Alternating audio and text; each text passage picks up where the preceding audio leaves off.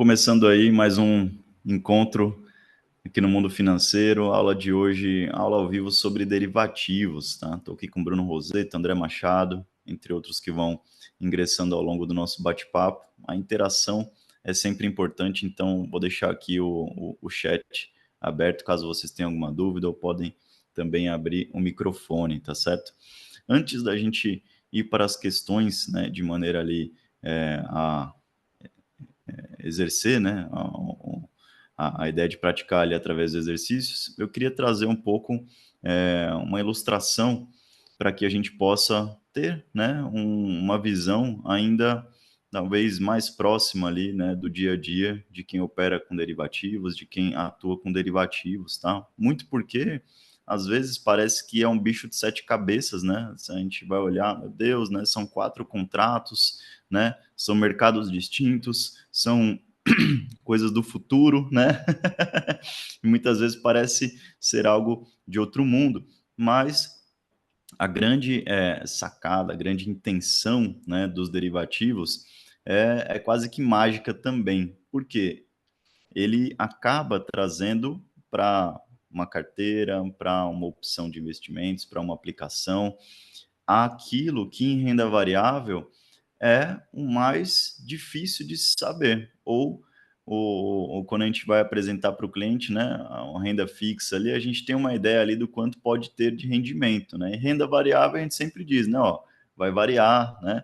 Então, a grande sacada dos derivativos é trazer algo fantástico aqui para o mundo de renda variável, né? É quase que uma magia mesmo, né? Eu costumo dizer que a magia dos derivativos está nessa palavrinha aqui, ó. Previsibilidade. A previsibilidade é o objetivo do derivativo. Então, muitas vezes, né, a gente acaba tendo aquele entendimento, o derivativo é um ativo que deriva de outro. Eu, particularmente, eu não gosto dessa ilustração, né? Para mim, o derivativo, ele é tão simples quanto um contrato. E um contrato, a gente tem ali os termos, tá certo? Desse contrato e também a assinatura, né, de duas pessoas, né? Então a gente tem de um lado aqui para o nosso mercado, né, o comprador e o vendedor, tá joia? Então o derivativo nada mais é do que um contrato onde serão definidos ali preço, deixa menorzinho aqui, ou taxa, prazo, peso desse ativo, ou seja, a quantidade, tá joia? Então, você vai ter ali uma previsibilidade de preço ou taxa durante um determinado período para tal vencimento, ou seja, esse prazo de vencimento traz essa previsibilidade também temporal, né? E quantitativa, né? Ou seja, quantos contratos, qual o preço desse contrato, e ali ele é firmado entre as duas partes, comprador e vendedor. Então, a grande sacada dos derivativos não é que um ativo que deriva de outro, né? É um termo bastante simplório, é um contrato. E esse contrato, ele vai firmar entre as duas pontas, os dois participantes, o comprador e o vendedor, qual que vai ser o prazo, preço, taxa, quantidade, entre outros pontos. Então, isso traz para o mercado de renda variável o, o suprassumo, né? Um grande objetivo, que é a previsibilidade. Então, nesse sentido, a importância dos derivativos para o nosso mercado, né? Nos dias de hoje. Então, há, portanto, né, quando a gente olha até o ponto de vista prático, né, quando a gente vai olhar ali o volume operacional desses contratos no mercado, ele é muito maior do mercado à vista. Ele é muito maior do que o mercado à vista, por exemplo. Né? O mercado à vista ali a gente tem entre 15 e 20 bilhões de volume operado no dia, né? Esse mercado aqui ele passa, né, de centenas de milhões. Então isso faz com que a gente tenha uma percepção do grau de importância, né, e da procura, da demanda desse tipo de mercado. Então, é aqueles negócios de opções, né? É aqueles negócios de mercado futuro, né? O swap, né? Eu já ouvi falar nisso daí. Mercado a termo. Sim, né? Eles são extremamente necessários, né? Tem plataformas hoje que apresentam ali qual que é o volume de contrato a termo que está sendo feito de um determinado ativo. Então a gente consegue ter uma percepção da busca por aquele determinado ativo. Isso antecipa movimentos, né? Então faz, portanto, né, e eleva o grau, portanto, dos contratos derivativos no nosso mercado, tá joia? E aí eu quero falar sobre o início, né? Então, eu vou trazer aqui rapidamente, né, a ilustração a respeito dos quatro mercados, né? Primeiro, Eita, calma aí que eu saí da tela aqui. Deixa eu voltar.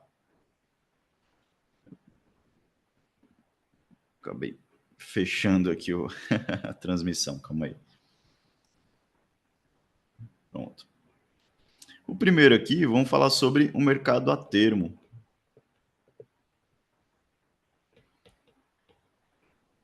O mercado a termo, ele acaba sendo, né, um precursor ali, né, dos contratos em nosso Brasil, né? Porque ele passa a ser uma possibilidade de eu firmar com uma contraparte, né? Lembra lá que a gente tem sempre os dois participantes, de eu firmar um preço e taxa futura para aquisição de um determinado ativo. Então, aqui no mercado a termo, a grande intenção, né, eu costumo brincar dizendo que eu compro à vista e pago a prazo, né, o famoso fiado. Então, eu compro hoje, pago amanhã. Em que sentido, professor? É o seguinte, por exemplo, eu tenho aqui uma ação e ela chegou num determinado patamar onde eu desejo aqui, nesse ponto, efetuar, portanto, uma compra. Só que, dependendo da estratégia, dependendo da minha disposição de caixa, poxa, eu não tenho o quanto que eu gostaria de comprar efetivamente, mas durante esse determinado período, eu gostaria de deter essas ações. Portanto, eu posso buscar ali no mercado a termo uma possibilidade de adquirir esse bem, tá certo? Essa ação. Então aqui, vamos supor que esteja aqui no patamar de R$ 10 o papel. E eu decido, portanto, comprar a termo. Para eu comprar essa ação a termo, eu preciso de garantias, tá joia? Ninguém vai me oferecer de graça, tá? Então, eu tenho que ter garantias ali depositadas, né? Garantias depositadas na própria corretora na qual eu tenho conta, tá certo? Então, a B3 aqui, ela vai exigir garantia. A sua corretora é vinculada à B3, portanto, é necessário que você detenha ali garantias na sua conta de investimento. Essas garantias, pessoal, elas podem ser título público federal, títulos bancários, aqui, né, títulos de renda fixa aqui, bancário ou de crédito privado, tá joia? Ou até mesmo ações que você já tenha na sua carteira previamente que servem como garantia para realizar essas operações. Quem vai ser a contraparte que vai te oferecer essa possibilidade é a corretora, tá? Então, quando você vai fazer ali o contrato a termo, né? De um lado você tem a corretora e aqui do outro você tem o cliente. O cliente ele quer comprar, então o comprador aqui vai ser cliente. E a corretora, portanto, o que ela vai fazer, né? Ela precisa, opa, deixa eu voltar aqui. A corretora, portanto, o que ela precisa fazer? Você não quer comprar hoje e pagar amanhã? Quem financia, olha aí, ó, a corretora entra como um financiador ali dessa operação. A corretora, portanto, ela vai lá e compra da B3 no mercado à vista e vende para você a prazo. Por quê? Não foi determinado aqui no nosso contrato a termo um prazo a ser pago? Foi. O preço vai ser o preço de mercado mais uma taxa de juros. Essa taxa de juros é o que vai remunerar a corretora. Então, essa é a grande sacada, tá, do mercado a termo. Você compra hoje, você paga uma taxa de juros para lá na frente, no vencimento, e aqui o vencimento, né, ele é de 0 Em geral, ali coloca 999 dias, tá?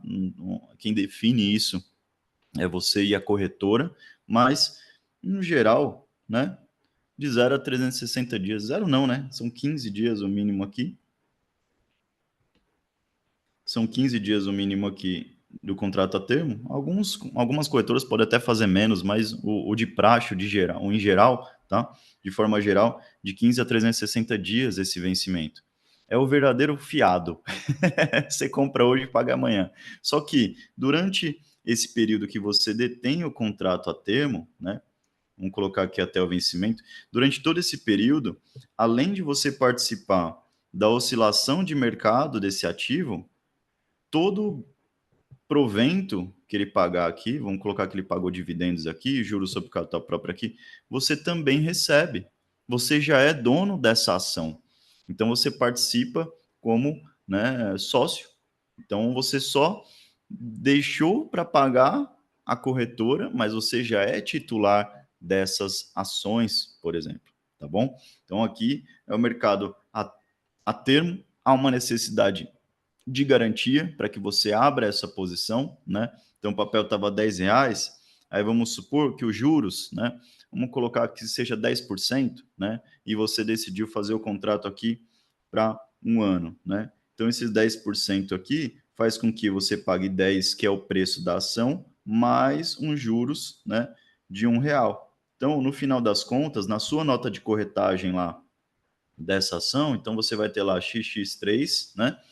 Vai ter lá R$ 11, a uma quantidade X que você adquiriu. Esses R$ 11 já está embutido aqui o preço da ação, mais a taxa de juros que foi definida ali entre você e a contraparte, no caso aí entre você e a corretora, tá joia? Então, a operação a termo acaba sendo uma possibilidade de você alavancar resultados, sim ou não? Poxa, eu gostaria de participar desse movimento de alta de um determinado papel, quero fazer essa operação, né?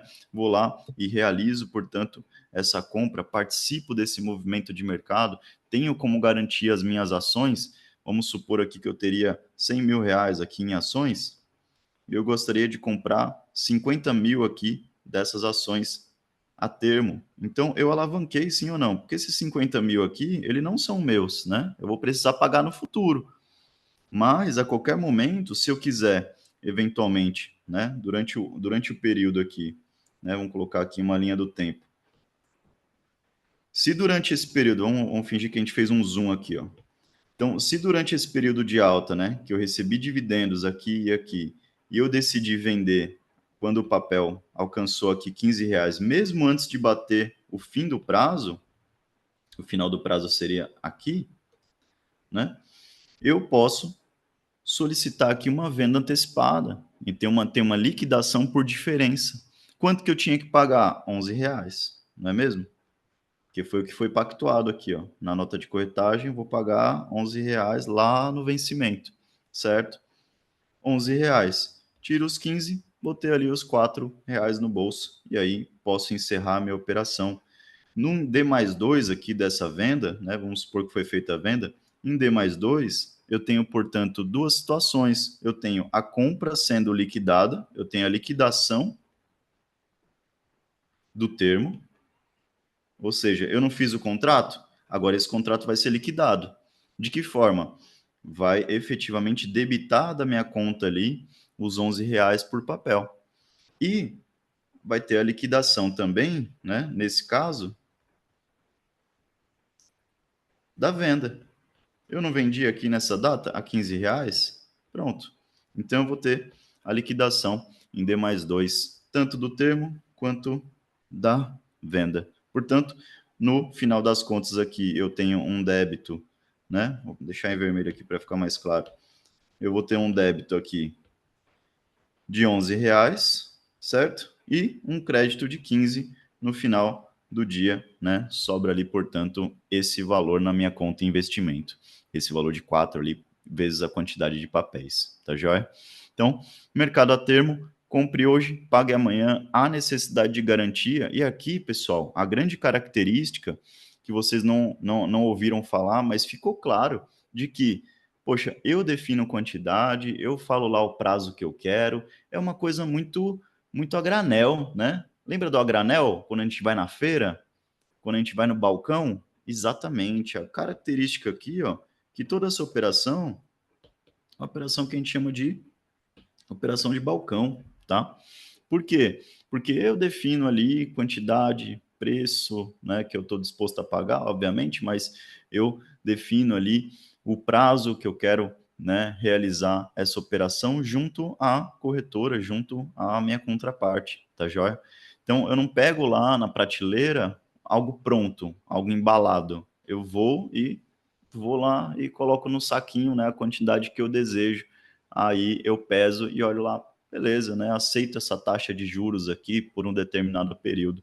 Então, é uma operação feita, né, como diz o italiano, né, fatto a mano, né, feito à mão, ela é feita, portanto, no mercado de balcão, tá certo?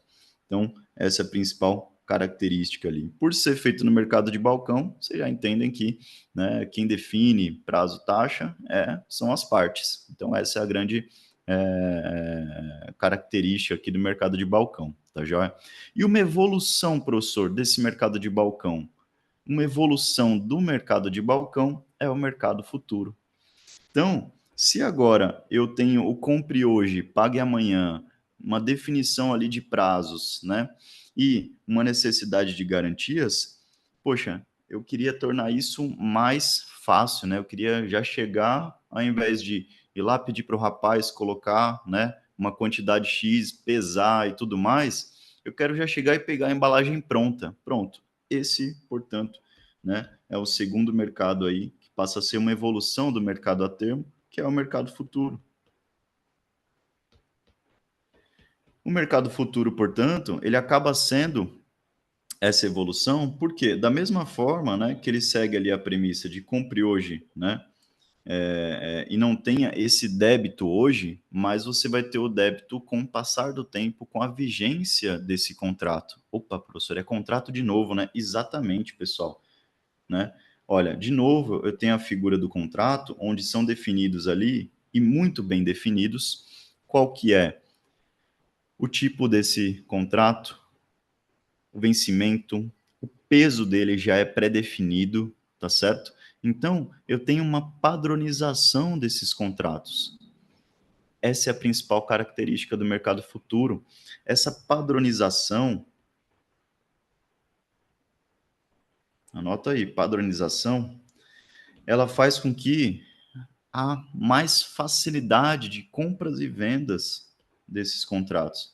Porque aqui eu não fico mais, eu vou fazer em 37 dias, eu vou fazer em 45 dias, eu vou fazer aqui para 180 dias. Não, já está lá na prateleira o de mês de janeiro, fevereiro, março, abril, todo mês.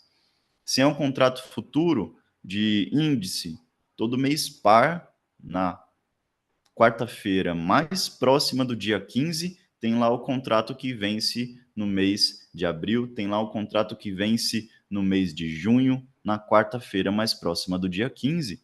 Eita, professora, é tão padronizado assim? Exatamente, tá joia? Portanto, eu tenho de novo a figura do comprador e vendedor, mas agora, por conta dessa padronização, eu já vou direto no mercado e olho lá qual que é esse contrato. Tem o ticker lá, né? Então, quem aqui já já opera, né, mercado futuro ali, né? Eu já tenho lá o ticker, né? Eu já tenho o contrato mini índice, né? O contrato de dólar grande, né? Eu já tenho, portanto, esses contratos por tipo definido, né? Por prazos definidos, né? Então, eu tenho ali uma visão de qual contrato que eu vou comprar. Quando eu adquiro esse contrato, ele já está no nome dele mesmo, qual que é o tipo, o prazo de vencimento, deixar aqui vencimento, fica mais fácil. O vencimento, qual que é o preço que vai ser definido, tá joia? Então, eu já tenho isso muito bem apresentado na própria, né, no próprio home broker lá quando você adquire, tá joia? Então, acaba sendo um facilitador nessa dinâmica de aquisição ou venda desses contratos. E há uma outra situação, né? Se eu estou disposto a abrir uma operação aqui nesse determinado momento, né? Vamos pegar um ativo aqui, e eu desejo, né? Eu visualizo aqui, portanto, né? Eu tenho ali as linhas de tendência, e eu acredito que esse ativo, nesse momento, né? Nesse ponto em vermelho aqui, ele vai subir. Perfeito. Eu posso abrir também uma posição comprada desse ativo, nesse momento. Tá certo? E aí, depois daqui, o mercado acontece. Em determinado momento, poxa, deu certo aqui minha operação, agora eu desejo vender nesse ponto em verde. Perfeito. Durante esse período, né, eu tenho, portanto, um mecanismo de mitigar o risco de liquidação. Então, olha aí, eu tenho algo chamado de... quando eu adquiro, né, esse bem aqui, eu não tenho um débito na minha conta, tá joia? Então, a gente costuma dizer que em derivativos, de maneira geral, ou eu desprendo de um capital muito baixo para participar desse mercado, ou eu dependo de uma garantia alocada para participar desse mercado. Então, muitas vezes, você não tem um débito em D mais um ali, direto, referente ao que você se posicionou no mercado. Essa é uma grande, digamos assim, é um dos motivos desse volume ser bastante grande, né, de movimentação e tudo mais, volume financeiro, é que você não precisa desprender do dinheiro ali na data seguinte, né? Há, portanto, um débito de, de uma forma diferente, através de ajustes diários. Então, a partir do momento que você abriu essa posição, o que você precisa ter? Lembra lá do mercado a termo? Você precisa de garantias. Perfeito. Então, você abriu aqui a posição, cada instituição financeira, cada corretora vai ter a sua maneira de mensurar as garantias conforme a exigência da B3, tá certo? Então, você precisa ter essas garantias depositadas para abrir uma posição no mercado futuro. Mas você não tem um débito no dia seguinte, igual a gente compra no mercado à vista, né, que é em D mais 2. Um outro detalhe também, que no mercado futuro, né, todo ajuste aqui, ele é em D mais 1. Ou seja, no dia seguinte que você abriu a posição, tá certo? E, portanto, durante toda essa vigência aqui, ó, deixar maiorzinho aqui. Oxe, não tá indo. Durante toda a vigência do contrato, né, tô fazendo os risquinhos vermelhos aqui, você vai tendo ajustes diários. Esses ajustes diários, eles podem ser negativos, caso a posição seja desfavorável, né, ao que a posição que você está aberta, né, ou positivo. Então, esses ajustes diários sendo positivos ou negativos, de acordo com a sua exposição. Se você abrir uma posição comprando um determinado ativo e esse ativo caiu, né? Poxa, cada dia aqui você foi tendo ajustes negativos. Então, foi tendo débitos na sua conta todos os dias aqui. Perfeito? Para que isso, professor? Isso mitiga o risco de liquidação. Porque veja só, se cada dia foi debitando, há, portanto, um aumento da exigência de garantia. Em determinado momento que essa garantia que você colocou, você não, né, ela não supra mais a necessidade, a B3 vai exigir de você mais dinheiro. Se você não tiver, a corretora pode liquidar de maneira, né, compulsória esse seu ativo, essa sua exposição aberta ali no mercado futuro. Então, acaba sendo um mecanismo de proteção. Então, o ajuste diário, ele acaba sendo uma proteção dado ao risco de liquidação, tá certo? Então, ele mitiga o risco de liquidação. Liquidação é o encerramento da operação, tá? Então, ele garante, né, que você não fique inadimplente com a bolsa. A grosso modo é isso, tá joia? Então, vamos lá, recapitulando então, mercado futuro. Eu posso abrir uma posição comprada, eu posso abrir uma posição vendida, eu tenho necessidades de garantia, os contratos são todos padronizados, todos vamos imaginar que seja o supermercado, né? O mercado futuro é um supermercado. Eu tenho prateleiras com contratos bem definidos em relação a prazo, em relação a tipo, em relação a preço, tá certo? E isso faz com que haja, portanto, um volume muito grande de operações. Mas existem alguns mecanismos de proteção. Há, portanto, o ajuste diário dessa posição. Diferentemente do mercado a termo, lembra lá que o mercado a termo é eu compre hoje, né? Comprei aqui por 11 e vou pagar só no vencimento, só da liquidação do contrato, tá? Quer seja antecipado quando eu quiser ou no vencimento de maneira, desculpa, compulsória. Ou já no mercado futuro, eu tenho, portanto, os ajustes diários, positivos ou negativos, isso fazendo com que haja, né, uma redução desse risco de liquidação da posição, tá certo? Então, aqui as principais características mesmo do mercado futuro. E a gente tem ainda, pessoal, já partindo aqui do meio para o fim, né, os 4 contratos aí no mercado de derivativos, o mercado de opções, tá? Eu acho que eu vou deixar opções aqui por último. Vou falar primeiro do mercado de swap, tá? O mercado de swap, ele é um patinho feio, tá? Porque aqui a gente tem uma relação tributária diferente, tá? Portanto, aqui a alíquota de imposto, ela é similar à renda fixa, tá certo? Por quê, professor? Porque aqui você faz uma trava, né? Você acaba travando duas pontas em busca de o nome já diz aqui, né? O swap é uma troca de fluxos, né? Mas você troca um fluxo, mas você tem que pagar, né, por essa troca. Então você acaba travando a outra ponta também. Então, do ponto de vista de fazer aqui do ponto de vista de uma empresa, por exemplo, né, onde no balanço dela ela tem ali o ativo e o passivo, isso faz com que nós tenhamos uma visão bem de empresa mesmo, né? Vamos supor que a empresa aqui ela, né, seja uma importadora, um clássico, né? Então eu tenho aqui uma empresa importadora onde ela tem que pagar, né, o insumo ali em dólares, né? Portanto, se o dólar sobe, acaba aumentando o passivo da empresa, sim ou não, né? Então aqui, né, eu tenho R$ 5 aqui por dólar hoje, né? Reais por dólar. Vamos colocar aqui que está em R$ 5, né? E se esses dólares aqui eles vão lá para 5,50? Poxa, a empresa, né? Ela teve uma alta no passivo dela ali de 10%. É pesado isso, né? Do balanço da empresa. Poxa, ela poderia se proteger dessa exposição. Exatamente essa ideia, tá? A partir do momento que ela busca se proteger dessa exposição, ela pode adotar algumas posições no mercado de derivativos. Uma delas é o swap, tá joia?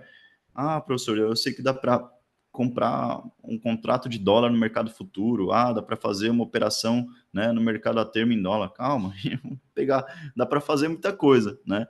Mas vamos pegar o exemplo de swap, né? Em swap, pessoal, a gente vai precisar espelhar essa posição também no ativo.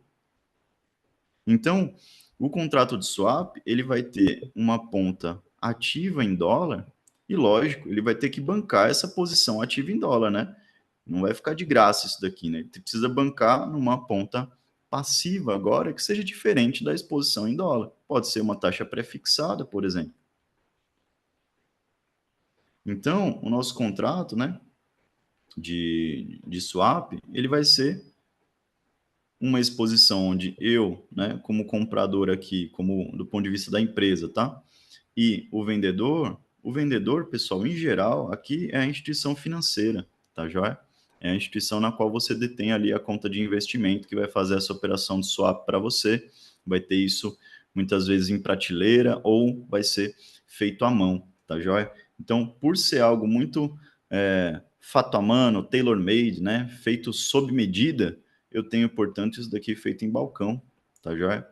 Posso ter também opções de swap, né, já endereçadas, com prazo definido? Posso. Então, acaba sendo, hoje, uma operação onde eu posso fazer na bolsa ou no balcão. Dificilmente a questão vai pegar nisso, tá? O que ela vai querer que você entenda é exatamente esse fluxo aqui, ó. Eu tenho um passivo em dólar, vou precisar ter um ativo em dólar. Então, busca sempre espelhar, tá, pessoal, essa demanda do né, lá na questão, busca sempre espelhar. Eu tenho um passivo em dólar, eu preciso espelhar esse passivo aqui no ativo. E depois eu vou para uma ponta passiva para financiar essa ponta ativa, tá joia? A ponta passiva, ela sempre vai financiar. Então aqui, né, eu tenho uma ponta ativa em dólar e a ponta passiva em pré-fixado, beleza? Então esse vai ser o meu contrato de swap. Um contrato com ponta ativa em dólar, ponta passiva em pré-fixado, pronto, protegi minha exposição. Então essa alta aqui, que o dólar foi lá de 5,50 ou de 5 dólares, né, de 5 reais por dólar para 5,50, essa alta de 10%, ela vai incorrer tanto na exposição, né, passiva, então vou ter um aumento aqui, né, desse custo, mas ele também vou ter esse mesmo aumento aqui de 10% na ponta ativa. Então, essa exposição em dólar que o cliente detém aqui, ela vai se equilibrar. Então, a grande sacada do contrato swap não é ganhar dinheiro, é trazer segurança, é trazer equilíbrio para as contas ali de ativo e passivo, e principalmente, qual que é a magia dos derivativos? Previsibilidade. Ah, mas se o dólar cai, beleza, o dólar vai cair aqui no ativo e também aqui no passivo. Só que no frigir dos ovos ele já fechou ali a 5 reais por dólar a operação dele. Então ele trouxe previsibilidade. Então, portanto, ao contrato de swap, em geral, ele não visa lucro, tá? Ele visa proteção. Então, dificilmente, vou usar aqui o contrato de swap para alavancar meus resultados. Difícil, porque você vai estar travado aqui, né, na ponta de proteção, tá joia? E você vai ter um custo para isso. Esse custo pode ser pesado ou ele pode ser muito bom, muito barato. A gente só vai saber no futuro, mas a grande sacada aqui, se eu já definir aqui que eu vou pagar 10% e o mercado subiu 10%, ficou elas por elas. Agora, se eu definir que eu vou pagar 10% aqui no período de pré-fixado e a oscilação foi lá para 6 reais por dólar, eita, olha que vantagem. Essa é a grande sacada. O custo ficou barato, né? Então, o preço ficou barato pelo valor da operação. Essa, portanto, é a característica do swap. E nesse ganho aqui que eu obtenho, né? Esse possível ganho aqui que eu obtenho, há, portanto, uma alíquota de imposto de renda fixa, tá joia? Então é outra característica aí do patinho feio dos derivativos, que tem a característica tributária diferente, tá bom? E por último, para a gente finalizar aqui o nosso bate-papo sobre os contratos, né? A gente tem, portanto, o mercado de opções. O mercado de opções, né? Então, falado hoje em dia aí pelos YouTubers, Instagrammers, né? Facebookers, né? E afins. Eles são, né? Uma outra vertente, né? E acaba tendo ali várias ferramentas que eu posso utilizar para proteger posição, para alavancar resultado, para fazer, né, o que der na telha, muitas vezes, dentro do ambiente ali de renda variável. Então, mais uma vez, eu trago previsibilidade. E não diferente dos demais derivativos, ele é um contrato. Só que a grande sacada é que muitas vezes a gente, né, na hora de estudar opções, a gente fica só preso ali nos participantes, né? Eu tenho que entender que existem dois contratos em opções. O primeiro contrato, deixar um pouquinho menor aqui. Eu tenho dois contratos, portanto, em opções. Eu tenho o contrato 1 e 2. O contrato 1, a gente vai chamar ele de call. E o contrato 2, a gente vai chamar ele de put. E se de um lado, lá dos contratos, eu tenho comprador, eu tenho vendedor. Só que agora eu tenho dois contratos. Então eu tenho comprador de call, eu tenho comprador de put, eu tenho vendedor de call, eu tenho vendedor de put. Então eu tenho 4 cenários aqui no mercado de opções. Então muitas vezes a gente fica preso só no as opções, o comprador, o vendedor. Calma aí, primeiro são dois contratos. É um contrato de call e um contrato de put. Esse contrato de call nada mais é do que um direito de compra.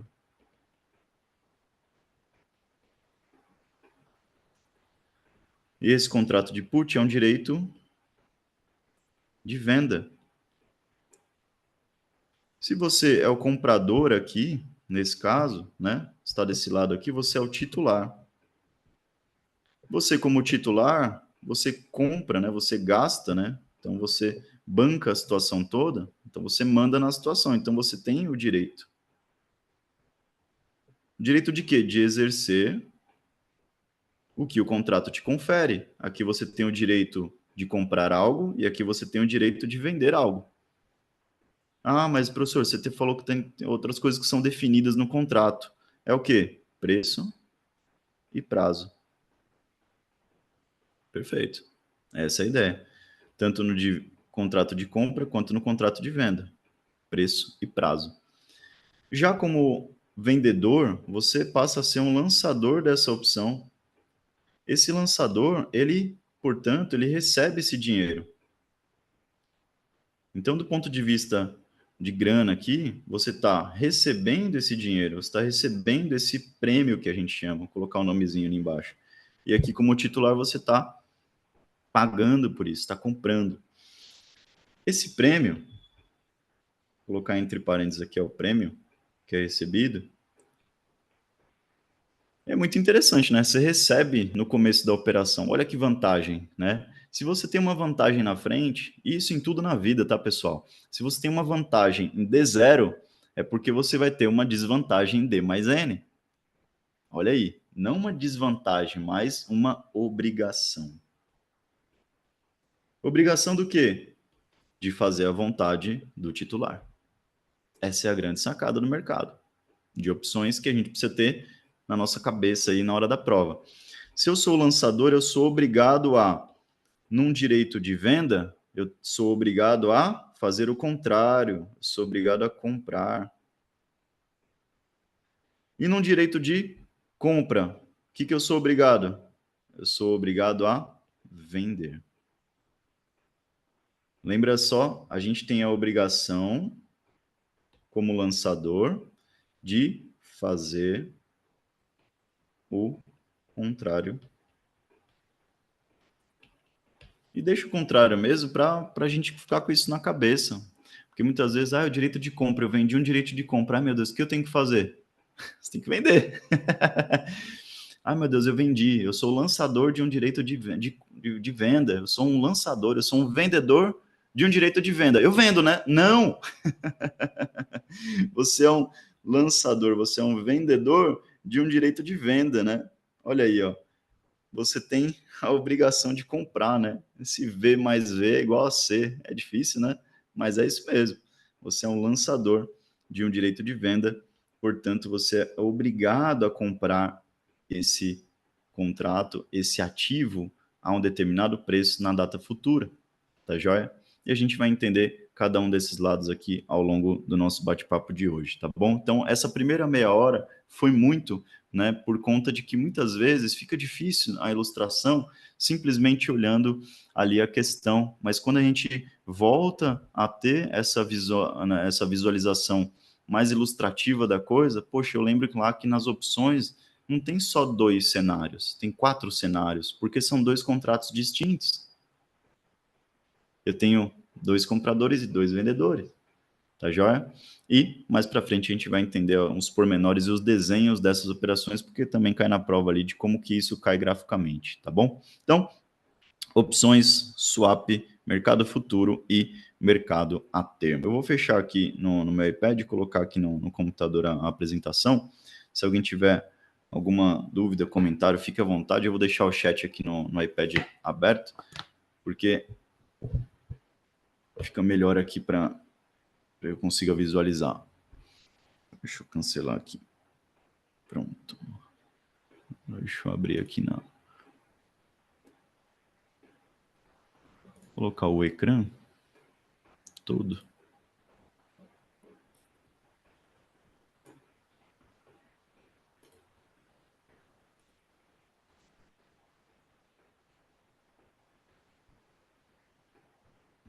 Pronto, deixa eu deixar vocês aqui na minha frente, o chat, porque eu consigo visualizar as respostas de vocês. Beleza.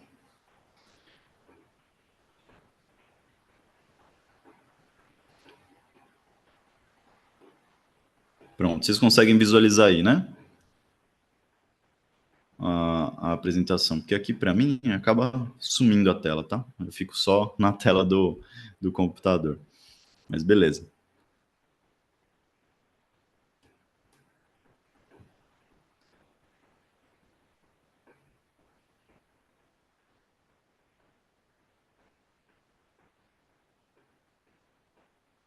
Vocês conseguem visualizar? Tá tudo certinho aí?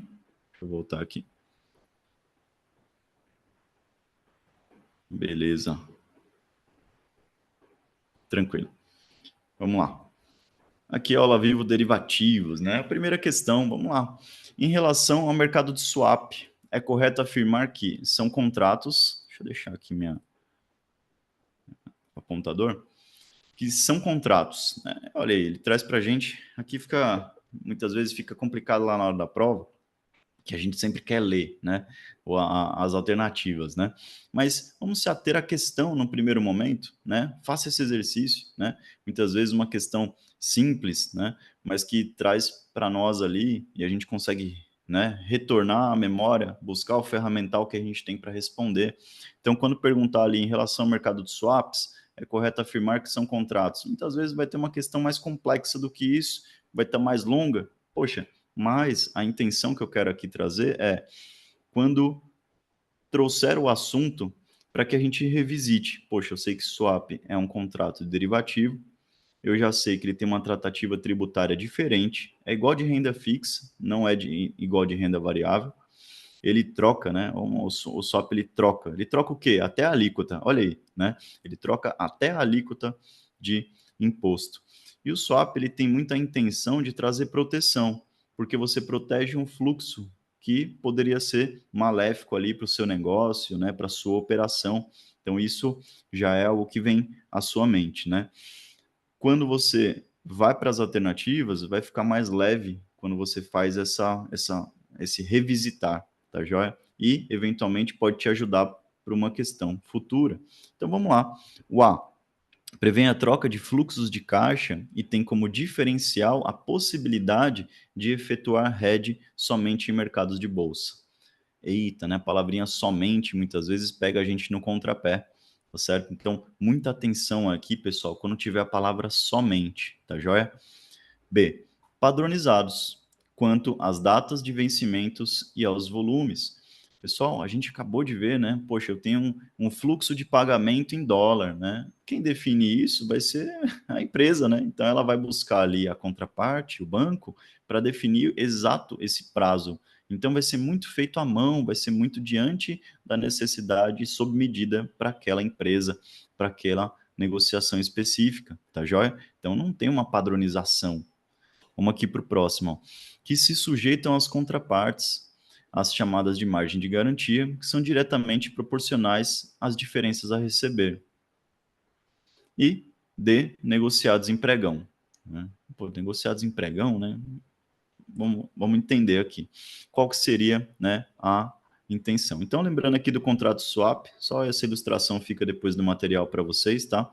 Que é essa troca de fluxo, né, para a gente revisitar. E aí eu financio esse fluxo ativo que eu coloquei na operação, né, no contrato, pagando por ele, né, através de uma outra, de um outro indexador, né? Então, o contrato swap, né, coloquei como exemplo aqui, né, cliente importador, um notion ali de 100 mil reais, né? Aí ele tem uma ponta ativa em dólar e passiva em pré-fixado. E o vencimento ele definiu ali de um ano. No frigir dos ovos, quando a gente vai trazer isso para um financeiro, olha aí ó, como é que fica, né? Vamos supor que a variação do dólar ali foi na faixa de 25%. E ele já tinha definido, né, o pré-fixado, o custo desse financiamento da ponta ativa através de uma taxa de 12% ao ano. Então, o financeiro ali com o swap, ele ficou um ganho de 25 e um prejuízo de 12. Então, essa diferença que ele tem a receber vai ter, portanto, ali uma cobrança de imposto, né, de 17,5%. Lembra da tabelinha regressiva, né? Passou de um ano, foi para 17,5% o imposto, e ele tem a receber 10.725. Olha aí, eu coloquei aqui como exemplo financeiro para a gente saber como é que ficaria, né, esse Agora, desenho da professor, operação. Pois Posso não? tirar uma dúvida? Claro. Você, o mercado swap, a gente fala de um mercado que é negociado em balcão e em bolsa, certo? Pronto. E então, uma parte do mercado swap a gente tem padronização de data, vencimento e volume, a outra parte a gente não tem, que é o mercado de balcão, é isso? Por isso que a questão B está errada. Tá. Perfeito. Calma aí. Ó, a grande sacada do padronizados quanto à data de vencimento e volume é porque eles são padronizados, podem ser padronizados, entendeu? Então a B ela se limita, né, a trazer somente a padronização, o que não é verdadeiro. Eu posso ir lá no banco e falar, ó, eu quero fazer um contrato só para 7 meses. Ah, em quê? Em euro, né? Pô, eu vou financiar essa operação em DI mais 6. Pronto, acabou. Entendeu? Então, assim, ele é muito feito à mão. Mas hoje, dado a possibilidade e operações, né, principalmente empresas que buscam ali ter uma rapidez, né, em realizar esse tipo de operação, já existem contratos de balcão, contratos swap, onde você tem, ou de balcão não, desculpa, de bolsa, que são padronizados. Então é um mercado que você tem a possibilidade de abrir lá na bolsa e fechar um contrato swap, ou você vai no balcão e fecha também um contrato ali que você tem como contraparte a instituição, tá joia? Então acaba sendo versátil essa possibilidade de negociação do contrato de swap. Por isso que a B ela acaba sendo errada porque existe padronizado? Existe, mas não somente, né? E também balcão. Então vai ser bolsa e balcão, tá joia? E aqui no exemplo aqui financeiro, né? Só voltando aqui, foi o Bruno, né? Que perguntou. Isso. Valeu, Brunão. Aqui, pessoal, numa operação que não houvesse, né, o swap, né, vamos imaginar que você mostrou essa operação lá para o cliente. O cliente, muito legal, muito bacana, mas eu não vou querer não, né? E acontece comigo isso. Eu mostro para o cliente, aí passa 5 meses e olha, tá vendo? Né? Passa 3 meses eu já mostro para ele, olha, poderia estar mais protegido, né? Por quê? Ele vai ficar solto na oscilação do dólar aqui, né? Se ele não fizer o contratinho aqui com ponta ativa e ponta passiva em pré-fixado, ficar só solto, né? A exposição cambial, o câmbio teve uma alta ali de 25%, ele, portanto, né, tem que pagar ali 25 mil reais, não tem proteção alguma, né? Portanto, ele vai ter essa oscilação no passivo dele, vai ter que pagar isso daí lá na frente, tá joia? Então a grande intenção aqui, né, não é necessariamente receber, você vai pagar. Você sempre vai, você já sabe quanto vai pagar. Essa é a grande sacada do mercado, né, de derivativos como um todo, né, não só o mercado swap, é a previsibilidade, é a magia da previsibilidade. E em se tratando aqui do nosso gabarito, né, C, que sujeitam as contrapartes às chamadas de margem de garantia, que são diretamente proporcionais às diferenças a receber. Então, você tem necessidade de ter garantias ali, quer seja na instituição que você tem relacionamento, a própria instituição já vai te proporcionar, né, essa vantagem, né, uma carta fiança, alguma coisa nesse sentido que ela já detém, com a empresa, ou diretamente na bolsa, que você detém ali ativos para deixar como garantia na B3, tá joia? Então, gabarito aí da questão 1.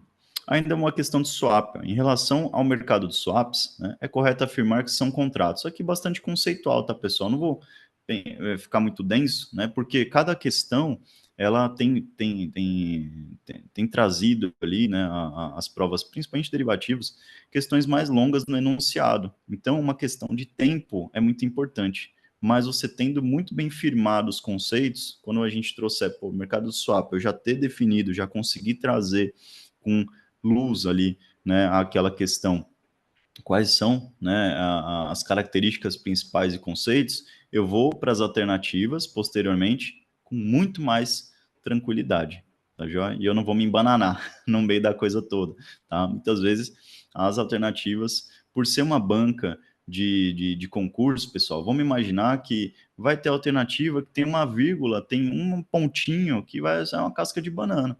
Tá joia? Então você, com um conceito muito bem firmado, independente de enunciado, independente de até a ordem dessas alternativas, você vai conseguir, né, se dar muito bem. Então revisite o conteúdo na sua memória antes mesmo de passar para a leitura das alternativas, senão elas acabam te induzindo ao erro, tá bom? Então aqui, ó, negociados no mercado de balcão e muito usados com objetivo de hedge, prevêem a possibilidade de liquidação física das variáveis negociadas quando negociados na B3. C, as margens de garantia são iguais ao notional do contrato. E D, não podem ser liquidados antecipadamente nem repassados a terceiros. E aí, o que vocês acham aí? Vou deixar o chat aberto aqui para conseguir enxergar vocês. A, B, C ou D, o que vocês acham aí?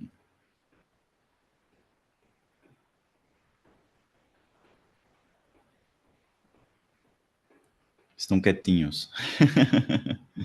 Vamos lá.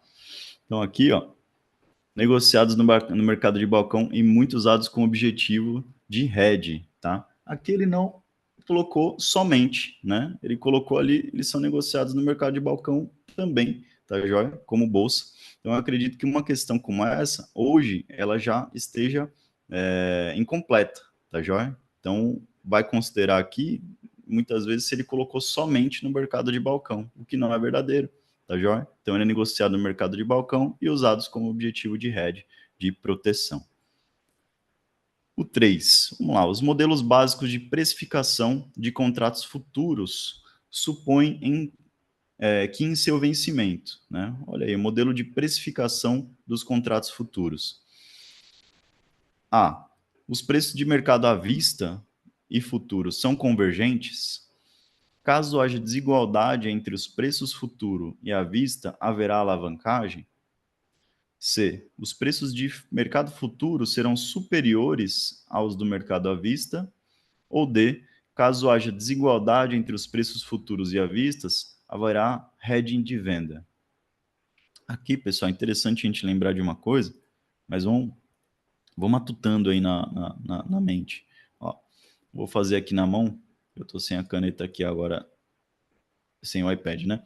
Eu estou aqui, portanto, com o mercado futuro e o mercado à vista, né? Vamos colocar aqui IBOV, né?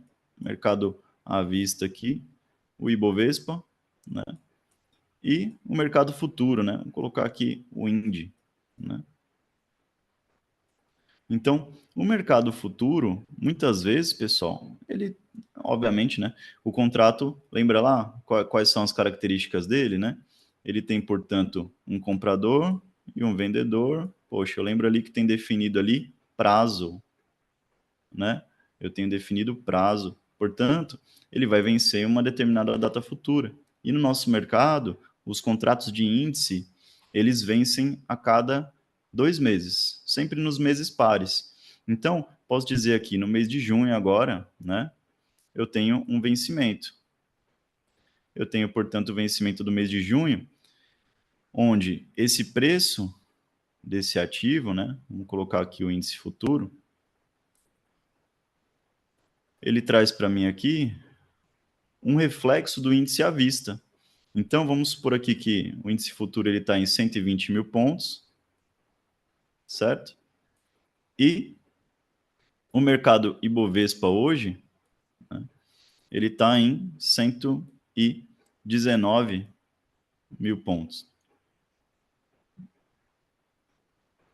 Foi quase 129, né? Mas 119 mil pontos. Obviamente que a gente vai ter aqui um preço ao longo do tempo. Então, muitas vezes, o que a gente tem de reflexo do índice futuro que vence daqui a 15 dias em relação ao índice à vista, né, que está lá negociado a 119, é a taxa de juros, é o custo do dinheiro ao longo do tempo. Se há uma distorção disso, isso tende a ser convergente ao longo do tempo, tá? Então, essa distorção, ela diz o seguinte, que aqui no caso, eu nem tenho esse histórico, né? Deixa eu apagar aqui. Eu nem tenho esse histórico aqui, né? Ainda vai acontecer, né? Então, à medida que eu tenho o mercado futuro aqui a 120 mil pontos e hoje o mercado à vista a 119, há uma grande tendência de que o mercado à vista ele alcance esse mesmo patamar de 120 mil pontos aqui no futuro. Claro que isso vai se movimentando a cada dia, mas a tendência é de que haja uma conversão ao preço futuro desse preço à vista. Então, o nosso gabarito aqui, ele passa a ser a alternativa alfa aqui, um preço de mercado à vista e futuro são convergentes, porque no futuro há uma expectativa de que vá se desenhar de acordo com o preço, né, de acordo com qual que é o custo, né, do dinheiro, ou seja, a taxa básica de juros na economia, ela está lá, Wesley, 0,8. Então, se eu pego ali 120, né, e multiplico pela taxa de juros, pronto, eu tenho ali uma métrica que é utilizada para mensuração desse preço futuro, né, desse contrato futuro. Lógico que tem outras vertentes que a gente não precisa entrar no detalhe agora. A intenção é só entender que esses preços eles tendem a se convergir no futuro. Ou, melhor dizendo, o mercado, né, ele visa, né, ele supõe que esse preço venha ser convergente ali no futuro, tá bom? Vamos lá para a questão 4. Uma empresa que possui grande parte de seus custos em dólar pretende fazer hedge para garantir a cotação da moeda e não ter as suas margens, né, decisivamente afetadas por um aumento da taxa de câmbio. Assinale a alternativa que representa uma operação efetiva para esse movimento. Então, tenho ali algumas posições que eu posso adotar, né? Qual seria a melhor posição, né? Qual que seria a ideal ali? Vamos lá, vamos entender. Então, olha aqui, ó, a venda de contratos a termo, puxa, venda de contratos a termo de dólar, né? Do tipo NDF, tá? Esse Non-Deliverable Forward. Aqui, ele está mensurando uma venda de contratos. Mas quando eu vendo alguma coisa, eu pretendo obter ganho com a queda desse ativo, tá certo? Então, aqui, portanto, quando eu realizo uma operação de venda nesse momento 1 aqui, eu pretendo ganhar com movimento negativo. Por quê? Eu vou precisar encerrar minha posição, correto? Quando eu abro vendendo, eu encerro a posição comprando. Quando eu faço essa compra, poxa, eu quero ganhar a diferença que eu obtive aqui vendendo, vamos supor aqui, a 5,15, né? E aqui comprando ali a R$ 5 por dólar. Pronto. Poxa, aqui eu obtenho, portanto, um ganho aqui de 15 centavos, né, por contrato. Então, eu tenho esse movimento de queda sendo vantajoso. Então, quem vende, ele consegue se beneficiar com a queda, tá certo? Então, nesse caso aqui, não é vantajoso no mercado a termo, tá joia? Compra de opções de compra. Olha, é interessante porque lembra lá no contrato de opções que você comprando uma call, né? A opção de compra, vamos deixar aqui entre parênteses aqui, ó, a opção de compra é uma call, tá certo? Então a call, ela me dá o direito de comprar algo. Se eu comprei $1 ali a 5,10 e o dólar foi para 5,40, eu tenho o direito de exercer, olha aí, ó, o direito lá do titular. Eu tenho o direito de exercer, portanto, a 5,10 um ativo que está lá a 5,40. Poxa, então vai ser vantajoso, né? Eu comprei esse contrato aqui que me dá o direito, né, de exercer a 5,10 e o mercado foi lá para 5,40. Poxa, eu vou conseguir me beneficiar, portanto, e olha o encerramento da operação, né? Eu tenho, portanto, né, o direito de comprar aqui e vender aqui em cima, então eu encerro minha posição também com esse lucro. Então, poxa, é interessante, é uma posição que faz sentido. Vamos ver as demais. Compra de opções de venda. Pronto, mais uma vez. A opção de venda é um direito de vender algo no futuro. Eu gostaria de vender algo por um preço, né, acima do preço de mercado. Então, eu acabo querendo, né, portanto, me beneficiar de uma queda. Né? Se eu vou ter o direito de vender aqui, Eu vou me beneficiar quando? Quando o mercado for aqui para cima? Não, né? Quando o mercado cair. Então, mais uma vez, quando eu compro um direito de venda, né, uma put, né, vamos colocar aqui a opção de venda, né, uma put, vou colocar aqui embaixo, ó. Anotem aí. Eu acabo me beneficiando numa queda, tá joia? Porque esse contrato vai valer mais no mercado de queda. Vamos supor que eu tenho o direito de vender aqui a 5,15. E aí o mercado acontece, ele vai lá para 5 bola-bola. Eita, eu tenho o direito de vender a 5,15, eu me beneficio com a queda. O que não é o caso aqui, né? Ele não está preocupado, ele quer trazer o quê? Proteção, né? Se o mercado de dólar cai, é bom para ele, porque ele não é uma empresa que tem os seus custos, os seus passivos em dólar. Então, se o dólar cai, é benéfico para ele. Então, ele comprar uma opção de venda aqui, ele está dobrando a exposição dele na queda do dólar. Não faz sentido, não é uma operação de hedge, tá certo?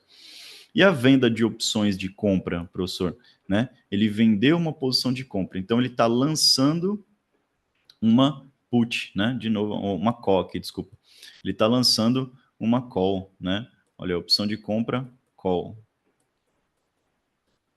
Se ele está lançando uma opção de compra, ele está sendo obrigado a fazer o contrário.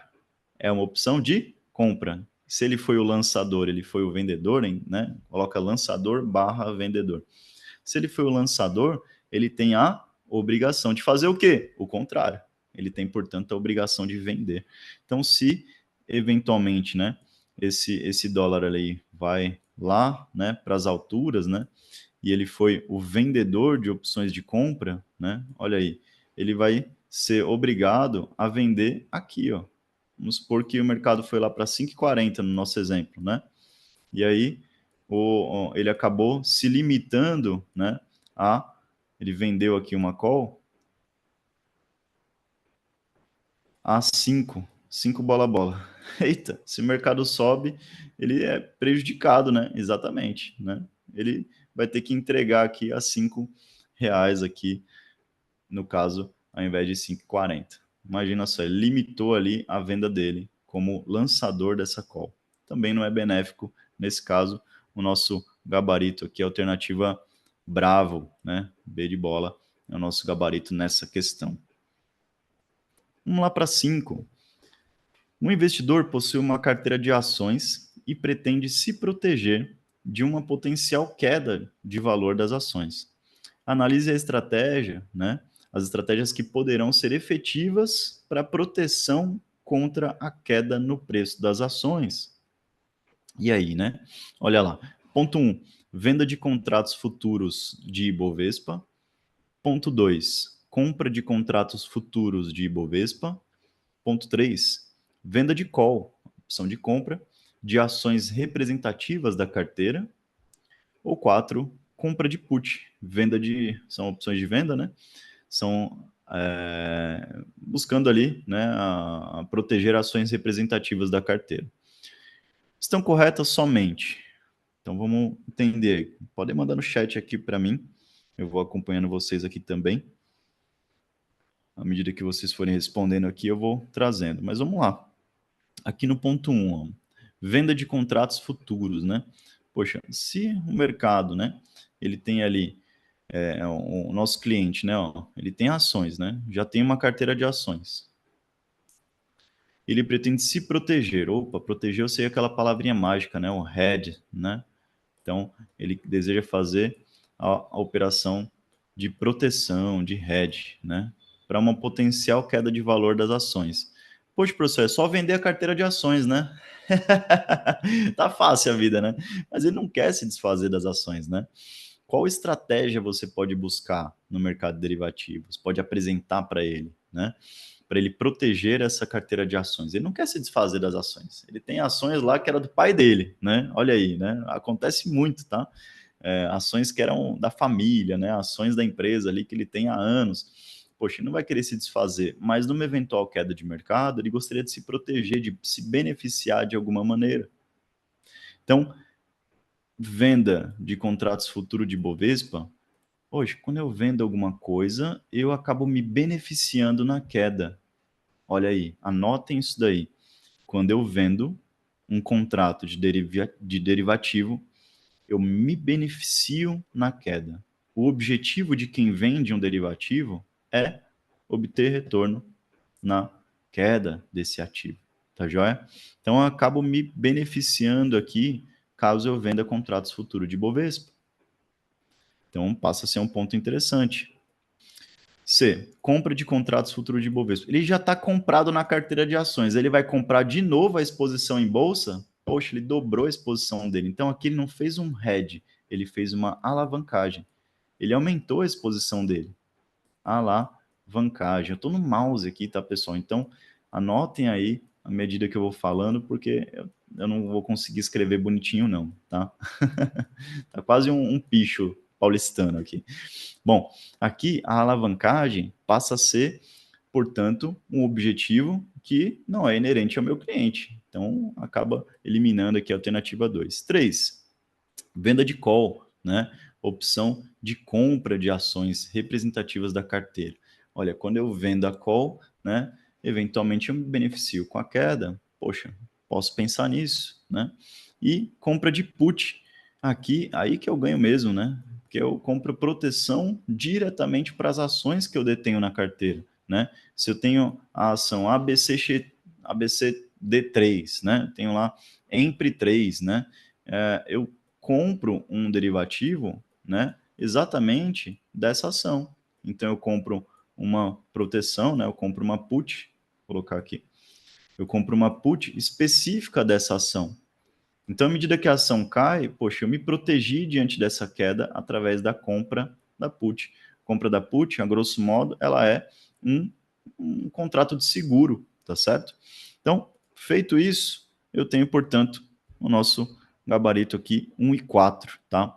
A venda de call aqui de opções, professor, poderia ser interessante? Poderia, mas ele se obriga a vender o ativo num determinado preço se o mercado subir, tá certo? E aqui não é uma busca de se desfazer da posição, e sim de proteger. Então, a melhor opção para ele proteger, ou ele protege diretamente essas ações que ele tem em carteira, ou ele protege de maneira generalizada ali contra a queda do índice. Então, são duas formas dele trazer essa proteção para a carteira, tá bom?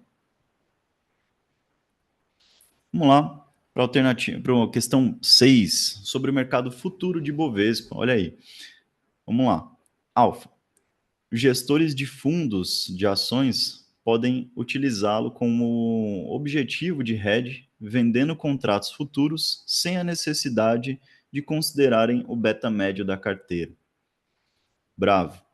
Os contratos futuros de Bovespa, quando utilizados com objetivos de hedge, não sujeitam os participantes a ajustes diários negativos. Charlie, ao redear uma carteira de ações por meio de contratos futuros de Bovespa, não é necessário alterações nas posições de futuro, ao menos que se altere a carteira. E Delta, os gestores de fundos de ações podem utilizá-lo com objetivo de hedge, vendendo contratos futuros, considerando ainda o beta médio da carteira. E aí, pessoal, o que vocês me dizem, né? 5 segundos aqui para vocês matutarem essa questão, que é uma questão bastante conceitual e importante, tá? Olha aí, ó, o pessoal já conseguiu só na leitura, né? Poxa, professor, ali, né, na primeira, né, sem a necessidade de considerarem, né, o beta médio da carteira, poxa, eu acho que muitas vezes é importante, né? Não vou considerar, né? Considerar, né? Aqui nos, olha aí, já foi aqui na Delta já, o pessoal já tinha respondido, Andrezão. Então aqui na Bravo, né? Os contratos futuros de Bovespa, quando utilizados, não sujeitam os participantes a ajustes diários negativos. Pessoal, todos, né? Tirar só um não aqui que fica certo, né? Todos os participantes, né, do mercado ali, eles ficarão sujeitos aos ajustes diários, quer seja negativo, quer seja positivo. Lembra lá? Isso faz com que haja uma proteção, né, quanto ao risco de liquidação, tá certo? Então, isso é facultado a todo mundo, tá? Na verdade, é obrigatório a todo mundo. A C, ao rediar uma carteira por meio de contrato, não é necessário alterações nas posições a futuro, a menos que se altere a carteira. Bom, aqui, né, os contratos futuros, né, aqui da mesma forma, né, se a gente cortasse o não aqui, né, é necessário alterações nas posições a futuro, né, aqui, a menos que se altere a carteira. Não necessariamente, né, muitas vezes você pode proteger a sua carteira, levando em consideração ali o quanto de ativos, quão próximo da sensibilidade, o beta, né, lembra que o beta é a sensibilidade que a sua carteira tem em relação ao índice. Se você tem, né, um beta ali muito próximo do índice, poxa, há uma grande vantagem, né? Porque você pode se proteger de uma maneira geral através do contrato futuro do índice, o contrato futuro de Bovespa. E isso faz com que, caso haja uma queda, né, na sua carteira, essa queda seja muito próxima, né, do ganho que você obtém vendendo uma posição do Ibovespa, tá joia? Então, muitas vezes essa alteração que você faz na carteira, ela vai influenciar sim, né? Se a sua carteira está muito distante do índice, o índice pode ser que você faça uma proteção e a proteção seja não tão eficiente, tá joia? Então isso acaba sendo importante, né? Levar em consideração ali a carteira. Então, quando você considera esse beta médio da carteira, você tem, portanto, uma proteção ainda mais interessante, tá? Ainda mais vantajosa mediante ali a exposição que você ficou vendido em contratos futuros, tá bom? Vamos lá para a próxima questão, né? O 7 aí, ó. Suponha que uma empresa emita 3 séries diferentes de debêntures. Ó, a gente já foi para a parte de derivativo, mas né, que tem um vínculo ali com renda fixa. Muito interessante isso daqui, tá, pessoal?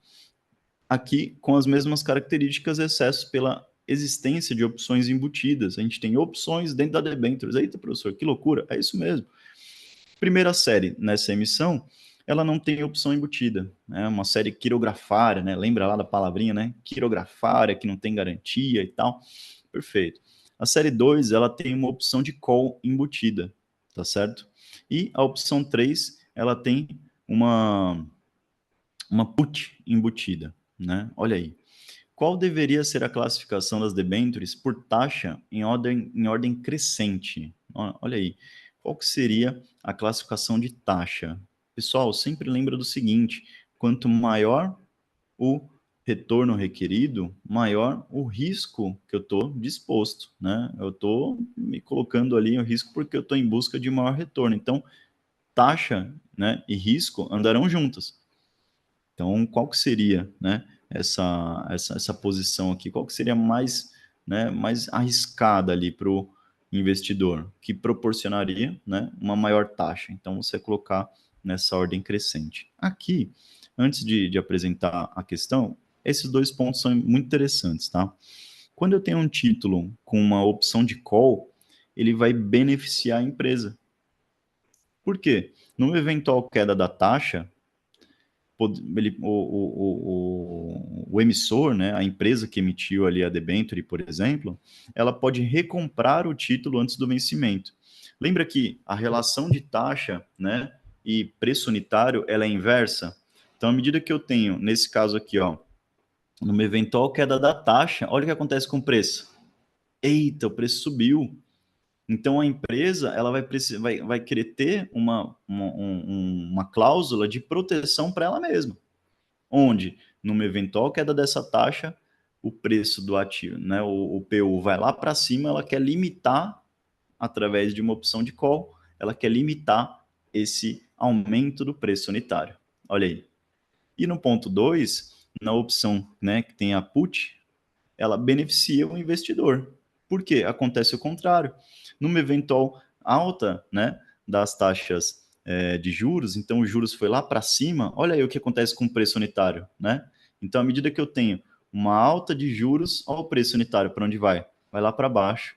Então, isso acaba beneficiando e protegendo o investidor, porque ele vai limitar essa queda, né? A taxa de juros sobe, o preço do título aqui vai lá para baixo, só que agora ele tem um ponto aqui de proteção para com essa queda do preço do título. Olha aí. Então, nesse caso, a opção Com put, ela vai beneficiar o investidor. E a opção com call, né, a série aqui com call embutida, vai beneficiar o emissor, aí no caso a empresa, tá joia? Então o desenho dessa operação é mais ou menos esse daqui, ó, onde, deixa eu deixar meu mouse aqui mais visual, ó, o título aqui, com opção de call, né, a taxa, né, foi caindo, olha aí o preço, né, do título, ó, ele sobe, né, e à medida que a taxa vai subindo, né, olha aí o preço do ativo também, né, caindo, ele acaba tendo uma put visando proteger dessa queda do preço do título, e aqui ele tem uma call visando, né,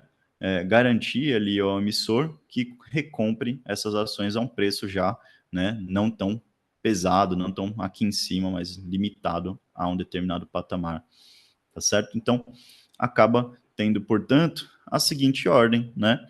A com opção de put, ela vai ser mais vantajosa para o investidor. Se é menos arriscado, a taxa é menor. A opção de call embutida, ela é uma opção, né, que é mais vantajosa para a empresa. Então, a taxa que ela vai proporcionar para o investidor, ela é muito maior, né? E ali, sem opção embutida, ela vai ficar no meio do caminho. Então, a série 3 com uma taxa menor, a série 1 não tem opção alguma embutida, vai ter uma taxa mediana e a taxa maior que proporciona uma vantagem para a empresa e desvantagem para o investidor, tem que ter alguma outra vantagem, não é mesmo? Portanto, uma taxa mais atraente. Essa é a grande sacada aqui na opção embutida também em renda fixa. Tá joia? Beleza. A 8. Selecione a alternativa que apresenta estratégias com as apostas corretas utilizando o mercado de derivativos.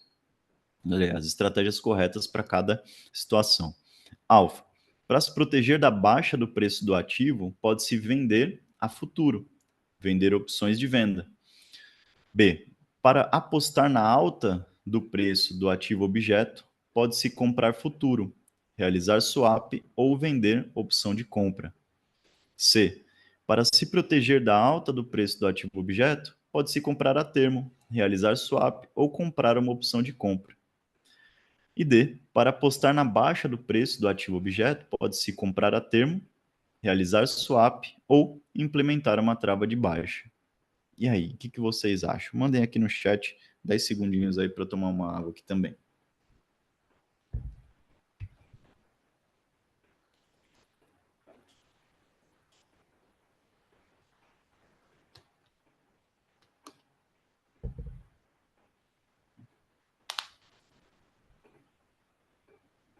Legal. Olha aí, né? A Charlie, né? Para se proteger da alta do preço do ativo, pode-se comprar a termo. Lembra que no mercado a termo você compra hoje e paga amanhã. A intenção é que o mercado suba para que você possa ali ou liquidar por diferença ou ficar com aquele ativo na carteira ainda mais barato. Realizar um swap, por quê? Se eu quero buscar uma proteção, poxa, o swap é uma alternativa, né? Porque ele vai me proteger diante desse fluxo. Esse fluxo de alta, eu quero que ele seja benéfico para o meu negócio. Então, se eu tenho algo que vai ser um detrator diante dessa alta, eu preciso me proteger também com esse cenário de alta. Então, ele acaba sendo, né, um contrato ali de proteção muito utilizado, né, para cenários ali de alta de um determinado, principalmente ali na questão cambial, né? Ou comprar uma opção de compra. Lembra que ao comprar uma opção de compra, pessoal, vamos fazer uma ilustração breve aqui. Depois eu vou ter alguns desenhos que eu vou fazer, vai ficar mais claro isso, mas é como se eu comprasse ali, quisesse comprar um determinado bem e eu desse um sinal. Ei, cara, eu quero comprar esse terreno teu aqui. Aí eu, beleza, né? Ó, eu quero vender aqui por 50 mil esse terreno. Cara, poxa, eu vou dar 5 mil agora, e aí no final do ano eu acerto contigo os 50 mil. Pode ser? Poxa, legal, fechou. Ou seja, ele garantiu, né? O vendedor ali garantiu um preço futuro para a venda do terreno e o comprador garantiu um preço futuro para a compra do terreno. Ou seja, ele comprou uma opção de call. Olha aí, né? Ele deu, portanto, o sinal é o prêmio para que ele possa ter o direito de lá em dezembro comprar aquele terreno. Essa é a ilustração básica ali de compra de call, tá joia? Se esse terreno valorizar, opa, maravilha, né? Poxa, o terreno agora, né, do lado de uma avenida ou alguma coisa nesse sentido, abriu um empreendimento grande ao lado do terreno e tudo mais, o terreno valorizou de 50 a 80 mil, mas em dezembro eu tenho direito de comprar ele por 50. Olha aí que vantagem. Então essa é a grande sacada ali da parte de proteção aqui, a estratégia de compra de call, tá bom? Olha aí o 9. Recentemente houve um aumento na volatilidade dos retornos de uma ação negociada na Bolsa Brasileira em relação às opções dessa companhia, negociada em bolsa, né? E o efeito do aumento dessa volatilidade, né, dado ali o efeito do aumento dessa volatilidade, é correto afirmar que, vamos lá, Alfa, tiveram uma queda no preço pelo maior risco percebido pelos investidores, ou seja, ele quer saber aqui em relação às opções dessa companhia, o que aconteceu, né? Dado que houve um aumento da volatilidade dessas ações. Tiveram uma queda de preço, dado ao maior risco, tiveram uma queda de volume pela baixa procura das ações de alto risco, das opções, desculpa. Charlie, tiveram um aumento de preço, pois quanto mais alta a volatilidade esperada de uma ação, maior é o prêmio da opção. E deu, Delta, não há direção, não há relação, desculpa, não há relação entre o preço das opções e a volatilidade das ações. Poxa, aqui a gente já consegue até ir por eliminação, né, professor? Exatamente, né? Pessoal, muitas vezes na prova, duas questões, né, duas questões não, duas alternativas, ou elas são, né, facilmente, né, você consegue excluir, ou muitas vezes ela conflita uma outra, tá? Nesse caso, a gente consegue fazer por eliminação, questões conceituais principalmente, tá? Então, aqui, ó, não há relação entre preço das opções, né, e volatilidade das ações, não, né? Isso daqui está errado, né? Por quê? As ações, elas terão uma influência direta às opções, tá? Então, tem praticamente quatro principais pontos aqui que vai influenciar no preço das opções. Uma delas é a volatilidade, tá? Então, é a volatilidade das próprias ações, tá? Outra questão é o prazo, né? Quanto mais longo o prazo, né, de uma opção, vamos imaginar que eu tenho a opção aqui para agosto, né? Tem aqui para julho, tem aqui para junho agora. Poxa, a de junho ela tem um preço de R$ 1, uma call aqui. A de julho tem um preço de R$ 1,50. E a de agosto tem um preço de R$ 2. Eita, quanto maior o prazo, maior o preço da opção também, professor? Exatamente. Tá joia? Por quê? Durante todo esse prazo, você também está solto, digamos assim, na oscilação dessa ação. Tá joia? Então, ó, durante todo esse prazo aqui, você está solto na oscilação da ação. Então, acaba exigindo um prêmio maior, acaba exigindo um preço de opção maior, tá bom? Outra questão é o preço da própria ação, né? Se a ação vale ali R$ 70 no mercado, uma opção dela vai estar 10, né? Ou vai estar 1, aliás, né? Se eu tenho uma ação que vale, né, R$ 10, o preço dela ali vai estar 50 centavos, 30 centavos, tá joia? Então, vai ter a relação direta com o preço também da ação, tá? E a questão de volatilidade, né, é bastante intrínseco, tá joia? E quanto que vai ser o preço dessa ação que a gente chama, dessa opção que vai ser chamado de strike, tá? Anota aí, o strike, né? Igual aquele strike lá do boliche mesmo, tá? Strike, ele tem a ver com o preço de exercício, tá? Então coloca assim, strike igual preço de exercício, tá? A gente gosta de importar bastante coisa, né? Então, os nomes também acabam sendo importados, né? Mas é o preço de exercício. Quanto mais próximo de ser vantajoso é esse preço de exercício, né? Mais caro é a opção, tá? Então a gente chama isso daqui de ATM, né? A gente vai falar sobre isso. ATM é o no dinheiro, né? Então quanto mais próximo de fazer sentido para o titular essa opção, mais caro, tá joia? Então quanto mais entre ATM e a gente chama de ITM, né, dentro do dinheiro, eita, aí que é mais cara mesmo, né? Então, se aqui vale 2 cifrões ali quando a gente vai lá no iFood, né? A gente vai em busca ali dos 3 cifrões no máximo, né? Eu tenho, portanto, ITM aqui, né? Com 3 cifrões aqui, porque ela vai ser mais cara.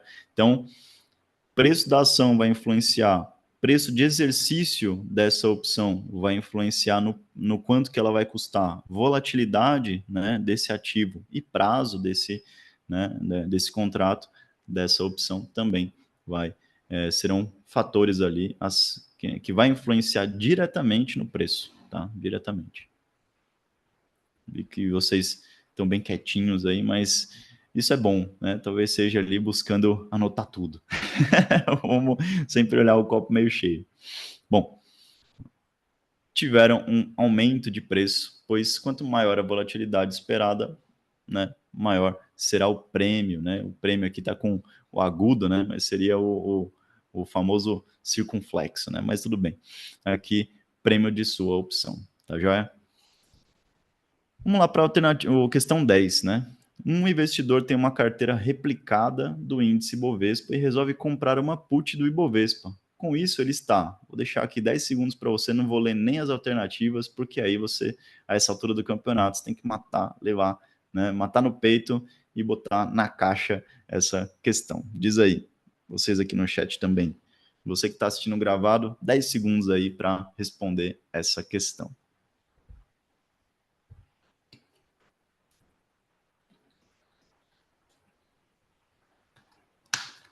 André, Bruno, mandem ver aí.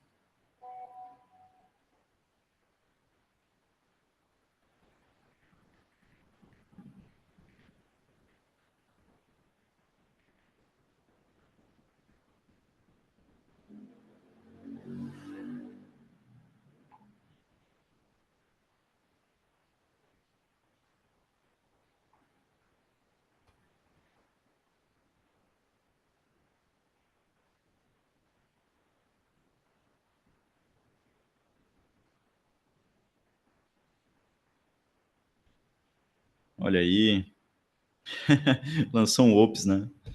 A Pri aí também conosco. A Ops B. Boa. Aqui é bravo, né? Limitando suas perdas, pois acredita que o valor das ações pode cair. Olha aí, né? É bem tranquilo aqui, né? Comprou uma put, poxa, se protegeu contra a queda. Por quê? A put, pessoal, ela vai ser como se fosse um seguro. Quando a gente compra um seguro do carro, qual que é o preço, né? A gente paga um valor ali, geralmente um percentual do valor do carro, mas você garante a tabela FIPE, por exemplo, né? Alguns seguros até mais, outros menos, mas vamos supor, vamos partir do pressuposto que seja 100%, né? Então, o que acontece, né, no carro, né? Você está aqui com um carro bem bonito, né, e tudo mais, ele vale aqui, vamos supor aqui, né, na faixa aqui de 80 mil, né? Então, pronto, tá lá, o carro 80, né? Então, você compra, né, você paga, né, por esse prêmio um determinado valor, né? Você paga aqui por esse seguro, né, um determinado valor que é o prêmio, tá joia? E aí, caso você venha bater o carro, né, a empresa ela tem que te proteger no preço do carro, né? Então, aqui o nosso ponto aqui é que se você bater o carro deu perda total, né? Tá valendo zero.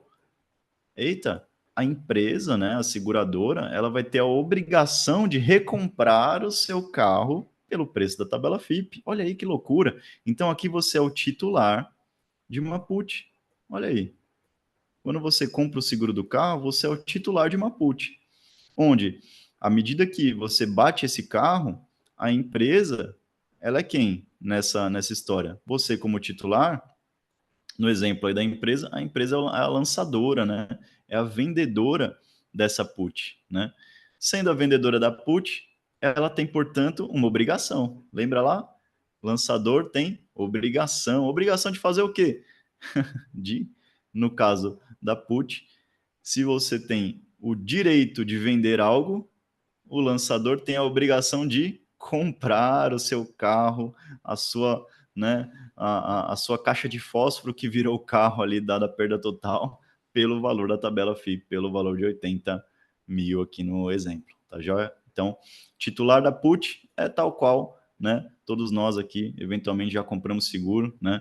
Eu já tive carro, mas há 7 anos eu não tenho, eu uso carro, né? Então, é um pouco diferente a minha relação aqui, mas provavelmente muitos de nós, né? Eu já tive carro também, mas já fui o titular aqui de uma put, né? Do ponto de vista ali, né? De adquirir um seguro de carro, tá? E a seguradora passa a ilustrar, né, o lançador, né, esse vendedor que tem, né, portanto ali ele recebe o prêmio todo ano, né, tá caindo no bolso dele todo ano, mas ele tem essa obrigação aqui de comprar, né, pelo determinado preço lá no caso do tabela FIP, tá bom? Essa é a grande sacada aí da put. A 11, né, um gestor, deixa eu ver aqui, eu tô até olha aí, deu nosso horário, mas eu tenho mais algumas questões, tudo bem? Vou seguir aqui, acho que mais uns 10 minutinhos a gente consegue seguir. As questões agora são bem conceituais e vocês fiquem à vontade. A Pri já até respondeu aqui, né? Ah, não, ela respondeu a Bravo da outra questão. Opa, deixa eu deixar aberto aqui o chat, para não ter perigo. Vou passar alguns minutos, tudo bem? 10h30, mas aí a gente estica um pouquinho mais aí antes do almoço. Vamos lá, 11. Um gestor de fundos de ações um fundo de ações ativo, né, deseja se proteger do risco sistemático, olha aí, o risco sistemático do mercado. Qual operação seria a mais indicada para atingir o seu objetivo, né? O André já até mandou aqui, né, ó, alternativa delta aí, né, vender contratos futuros de índice, né? Olha aí, se, né, a busca proteger pelo risco sistemático, tá? Aqui, pessoal, a busca por proteção muitas vezes, né, a gente pode tem uma forma da gente não ter, né, de ter essa previsibilidade, né? Há, portanto, o risco sistemático, muitas vezes eu não consigo, né, diversificar, eu tenho que participar dele todo, tá? Então, o maior nível de proteção que eu conseguir realizar, portanto, vai trazer essa previsibilidade, essa tranquilidade futura. A intenção, muitas vezes, né, do investidor ali de fundos ativos, né, ele tem, né, um peso muito grande, uma volatilidade muito grande. Então, essa previsibilidade para ele é muito importante. Não à toa, o mercado de derivativos ele é muito pujante, né? Se a gente for olhar, abrir qualquer Instagram agora que a gente está falando perto do celular, né? A gente vai abrir lá, o Instagram vai ter um conteúdo patrocinado falando sobre derivativos, né? Esse mercado, ele é muito pujante, tá certo?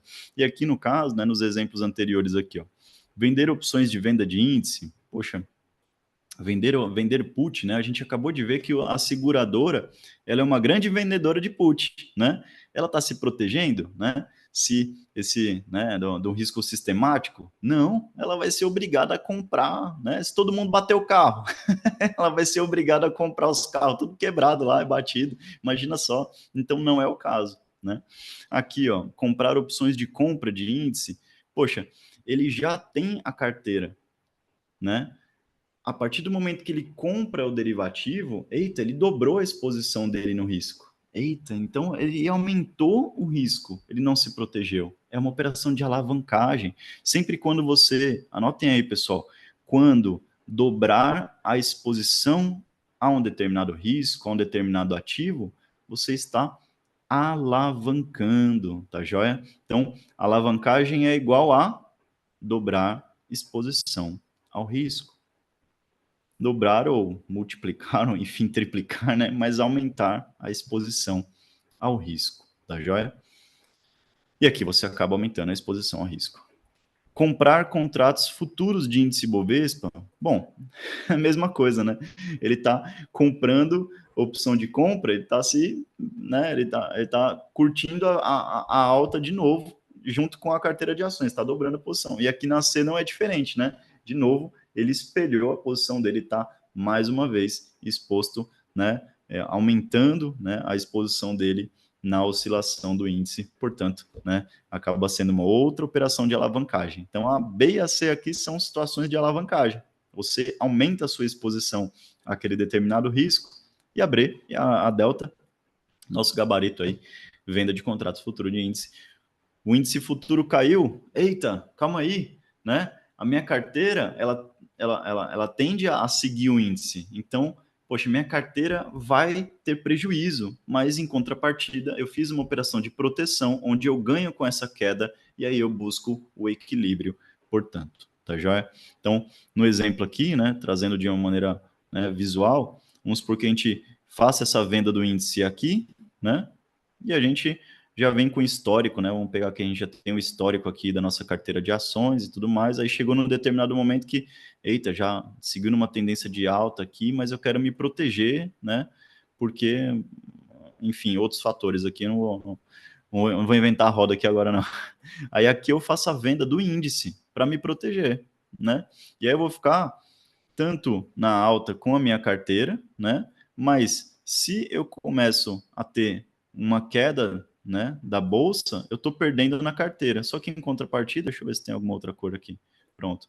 Em contrapartida, né, aqui o índice, ele seguiu na mesma toada. Só que a partir do momento que ele começa a cair, lembra lá do índice futuro? Se ele sobe, eu tenho ajustes, nesse caso aqui eu estou vendido, né? Então, se ele sobe, eu tenho prejuízo, eu tenho ajustes negativos. Mas à medida que ele vai caindo, eu vou tendo ajustes diários positivos. Esses ajustes aqui, ó, daqui para cá, eles serão positivos para mim. Então, eu perdi na carteira de ações, só que eu ganho no contrato de índice futuro.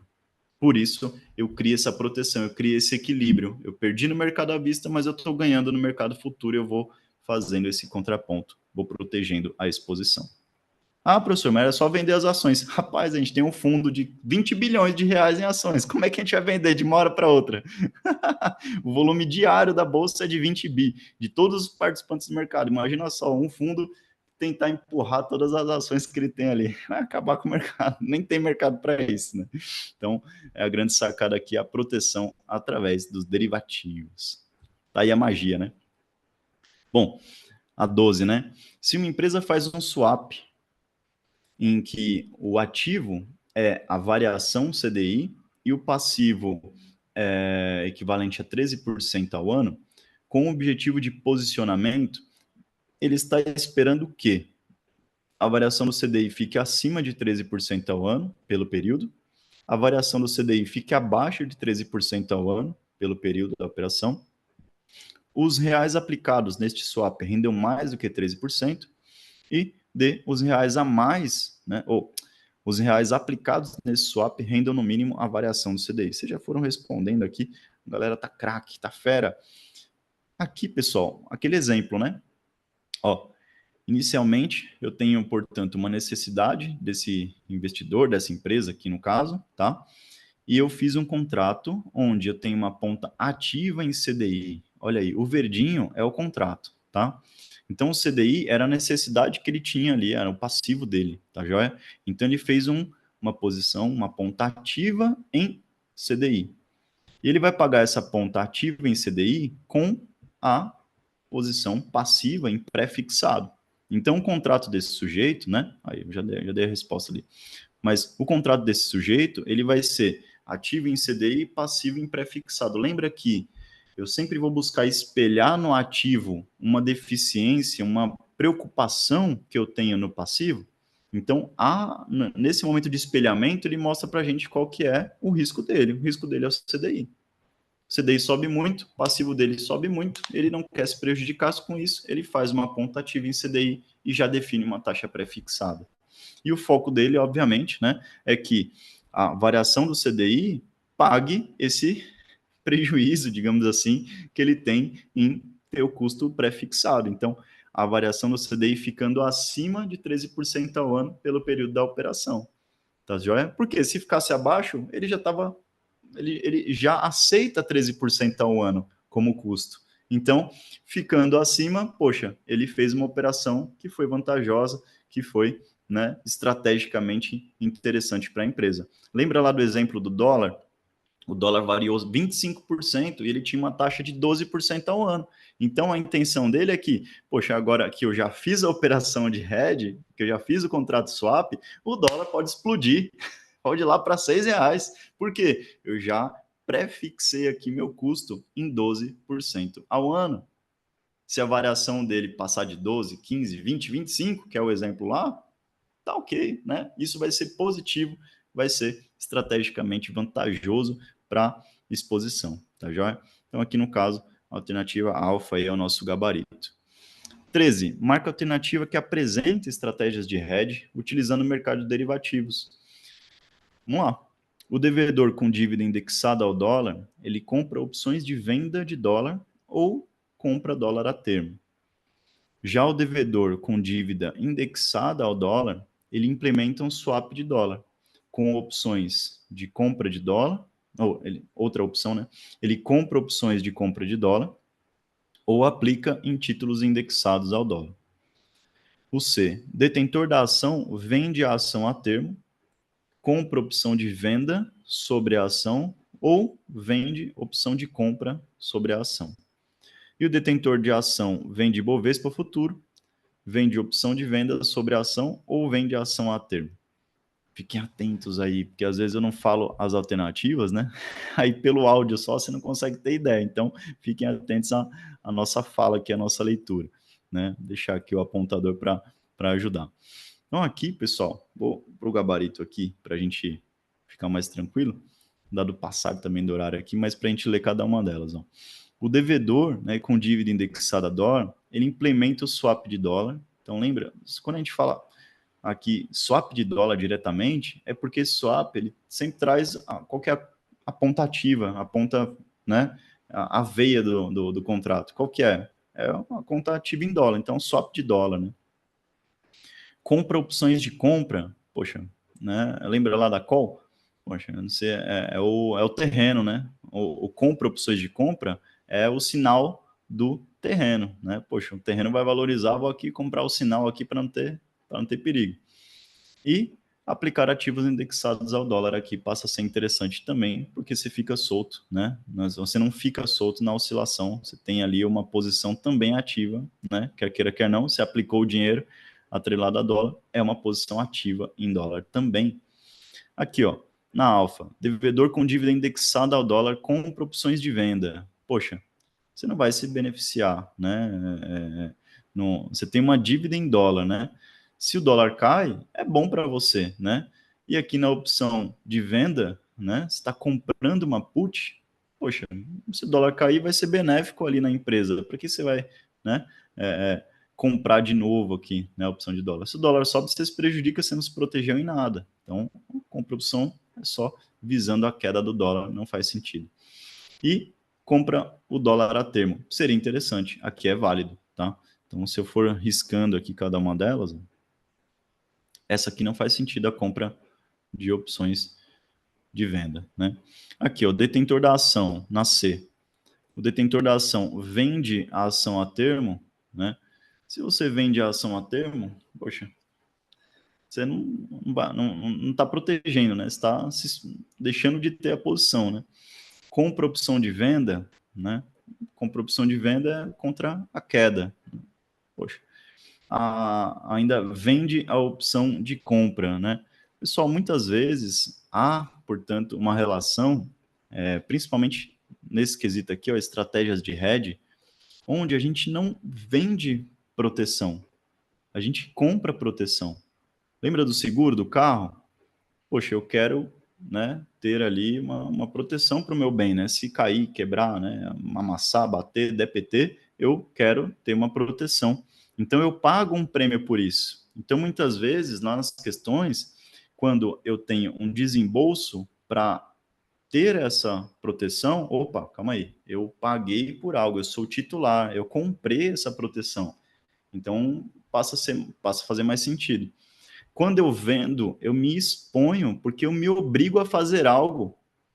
Então, essa obrigação, ela dificilmente vai garantir uma proteção, tá? Então, muitas vezes as questões, quando eu estiver lá dizendo, eu vendi uma opção para proteção. Não, calma aí. Não faz sentido, né? Não faz sentido, tá joia? Então, uma atenção quanto a isso. E na delta aqui, ó, detentor da ação vende Bovespa futuro, certo, né? Então você tem a ação e vai se proteger. Lembra lá? Se a ação sobe, beleza, tá tudo certo, né? Se a ação cai, você ganha com o Ibovespa Futuro os ajustes diários. Legal. Vende opção de venda, mais uma vez, né? Quando você vende uma opção de venda, vende uma put, lembra que quem vende put é a seguradora, tá certo? Então, a seguradora é a grande vendedora de put hoje no mercado. Pense, deixa aí gravado, né, na mente. Então, quando você vende essa opção de venda, você se obriga a comprar. Imagina comprar aqui, ó, nesse fundo aqui. Poxa, não vai ser proteção isso daqui nunca, né? Eu estou me expondo, eu não estou fazendo o hedge, não estou buscando estratégia de proteção. E a ação, ou vende a ação a termo, também, né, eu estou saindo da posição apenas, né, ficando, portanto, a nossa alternativa delta aqui, como a Bravo, como a única alternativa possível, tá? Já que tem as três situações ali factíveis. Já é? Eu acho que é só essa. E mais uma, acho que essa é a última. Não tem mais. São 18. Eu vou pedir mais um tempo. Eu acho que faz sentido a gente se debruçar nessa questão de derivativos, mais uma aula. Né? Vou conversar depois com o Garran para a gente deixar mais uma aula 2 na parte de derivativos aqui para a gente se debruçar novamente, tá bom? Salvo engano, eu fazia em 2 partes aqui a derivativos. Eu chegava até a 14 ou até essa. A gente foi até a 14, né? É isso mesmo. Até a 13, depois eu faço as demais com a explicação mais voltada ali para os movimentos do mercado de opções e para algumas estruturas, né? Algumas estruturas em opções que têm sido exigido aí nas últimas provas, tá bom? Então, a gente encerra o nosso bate-papo de hoje, depois eu pego uma agenda certinho para a gente definir ali e passar por essas outras questões. Uma dúvida com você rapidinho, professor. Claro, pois não, deixa eu só visualizar vocês aqui.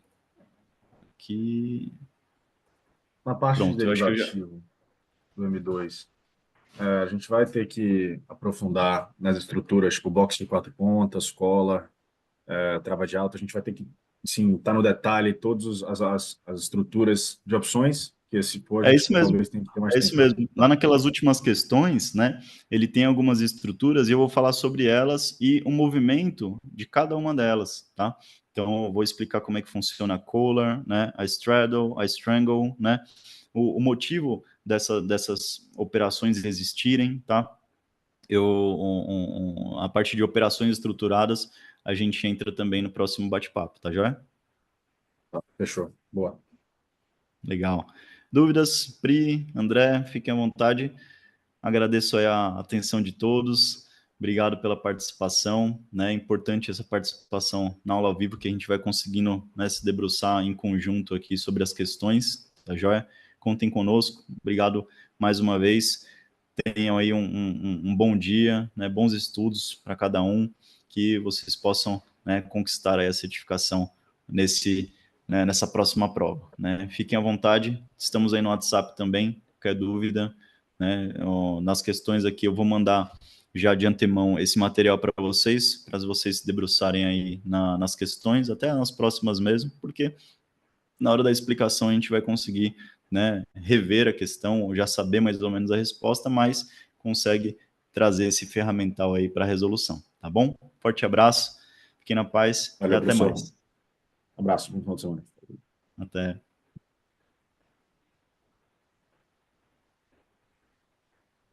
Para você que assistiu gravado, conte conosco.